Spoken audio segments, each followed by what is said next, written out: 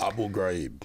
You're This kind of on was- the controversy kick. I'm on the here controversy today. kick on this one because the idea here is to get the answers out, Sure, as they should be told, and a lot of it is explained in the book. I do. Known and unknown, so there's a lot for people to read in here. I suggest they do, but let's hear you tell it. The interrogation methods, the Geneva Convention controversy, whether it applied or not, Sure. and how did the administration deal with this embarrassment? How many people, if you ask people in general people, how many people do they think were waterboarded by the Department of Defense? They would make it sound like thousands. Yeah. The answer is zero. Not one person was waterboarded by the Department of Defense. Not one person was waterboarded at Guantanamo by the Department of Defense. So it is a great mythology has built up. Now, at Abu Ghraib, begin with the reality that it was a body blow to have those pictures come out where Americans were mistreating, abusing in a sadistic, disgusting manner people that were in our custody and should have been treated properly, and the president had said should be treated humanely, and I had said should be treated humanely, was just heartbreaking. Heartbreaking for several reasons. First of all, it's wrong. It's unfair to people in custody to be treated that way.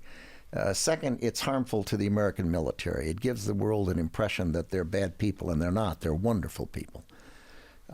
Third, it left the impression that those were interrogation techniques, and the reality is not one of the people who abused those prisoners at Abu Ghraib was an interrogator. They were people that were guards. They were just doing things they shouldn't have been done, and they've been punished for them as they should be. So not one of those people was a legitimate interrogator.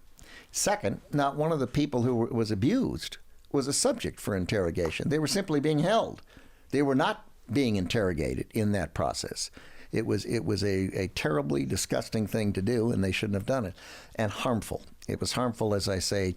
It also fed the enemy material that they could use to recruit, raise money, and spread lies about the American military, which were unfair because the overwhelming majority of the American military behave in a totally responsible way.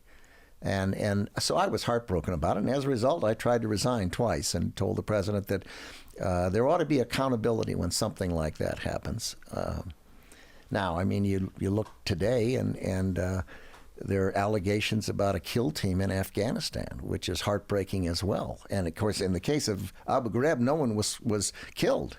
If the Afghan allegations are true about a small group of American military killing some Afghans, it would be vastly worse than anything that occurred at Abu Ghraib. The difference is, for some reason, it's being treated quite differently.